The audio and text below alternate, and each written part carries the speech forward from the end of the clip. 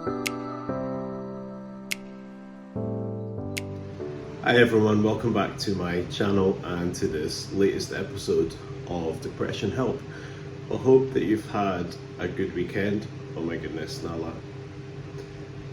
Sorry, I've got Nala sitting right next to me, and it's impressive how such a small bum can make such a bad smell. Anyway, I hope you've had a good weekend, and yeah, it's been okay. Hope you're doing at least good, or at least okay, if not good or better, I should say. Surviving the winter, we're getting through it, so that's good. Still a bit jet lagged, caught a cold, I think, probably on the plane coming back, so definitely did level up. Something I talked about a few episodes ago before, well, while I was away. I was up really early, really smashing the fitness, so that was good. Between having a cold and jet lag, not being up early straight to the gym as planned, but that's a choice because when you're ill, your body needs time to heal, right? You need time to rest and get better. So I reckon at this point I'm ready to start doing what I was doing abroad, and that's get up early and go straight to the gym. So we're going to start that from tomorrow. Practice what I preach. Pardon the pun again. So yeah, I thought what would be good to talk about today would be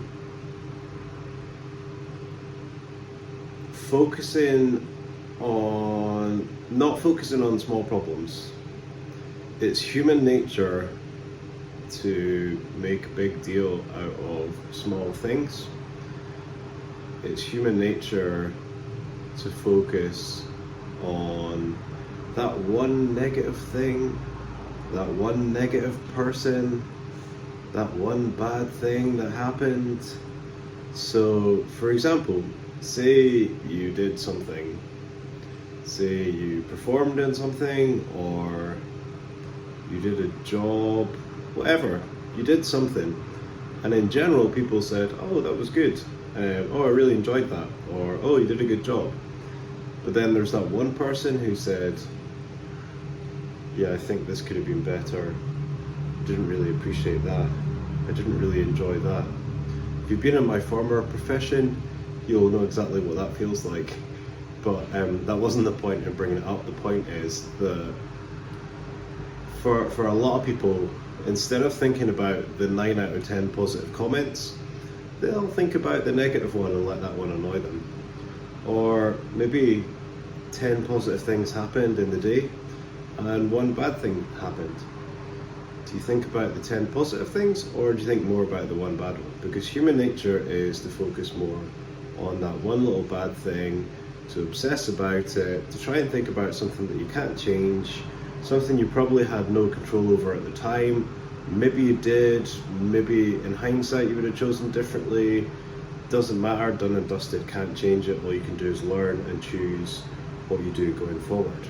So it's just a small, simple one. Deliberately doing that because I feel like the last video was really rambly, but hopefully it was helpful to someone. Don't focus on the bad. Don't focus on that small thing that happens. For a lot of people, when big life stuff happens, they can cope with it pretty well. They, engage their coping mechanisms, their support network, and they can deal with things that happen, serious things that happen really well. But they really lose it when really small things happen. So it could be like someone pulling out in front of you in traffic. It could be, a couple of things breaking in the same day. It could be, you see people getting totally frustrated about the small sort of things all the time. You see people getting frustrated in queues. I find standing in queues very difficult. That's very common for people like me, but I have learned to practice patience. So there's just so many different ways that, you had to wait a little bit longer than you expected for your food or your coffee, or it started raining, or you couldn't find a parking space, or all these little things that you can let sabotage your peace in your present moment. And a lot of people do that a lot of the time. And you can get to a place where things that would have annoyed you before, you find amusing. And I would say that's where I am 99% of the time. Occasionally little things do bother me. Usually if I'm very tired, I'm more likely to feel grumpy. Fair warning, not really. If I'm feeling grumpy, I go for a nap. But yeah, in general, stuff that I would have been really, really annoyed about, even if it was internally and I wasn't showing it, stuff that really bugged me, that kind of stuff generally I find amusing now. So something breaks, something else breaks, I just feel like, well, that was those three things broken in the same day. Can't find a parking space. Well, obviously lots of people were looking for it at the same time. Park somewhere else.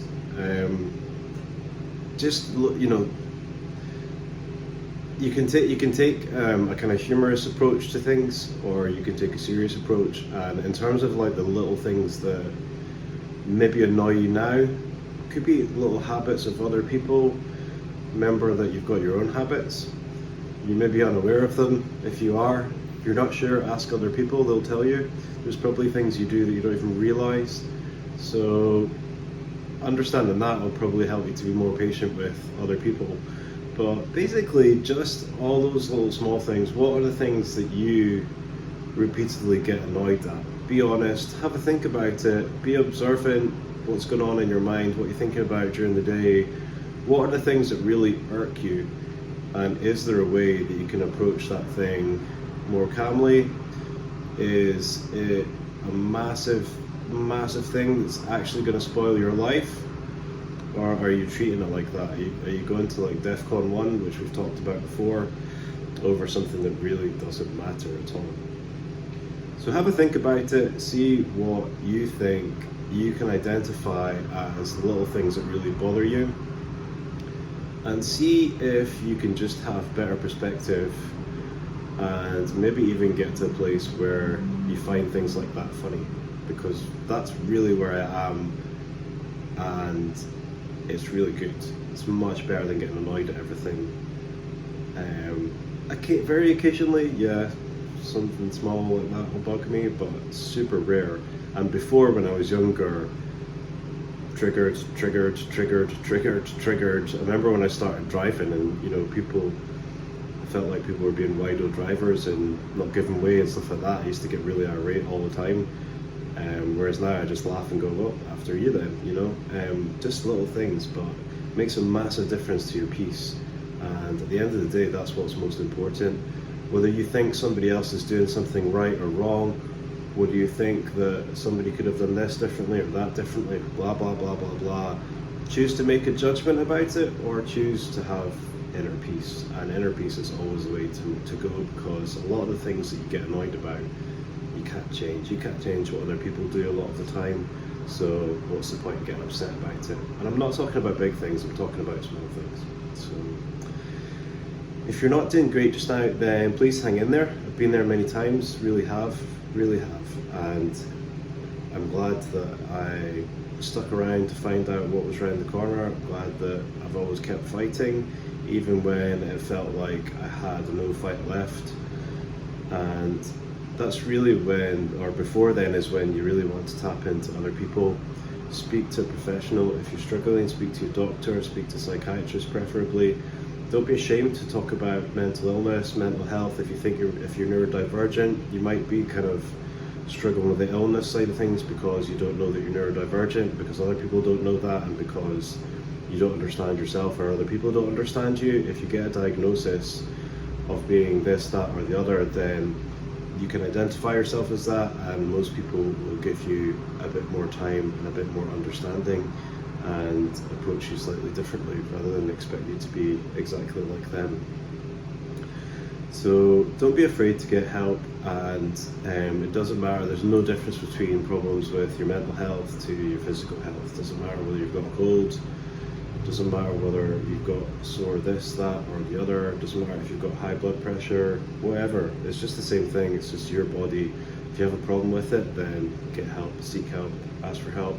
That's it. Just do it. Nobody can help you if you don't let them. So you have to make that choice.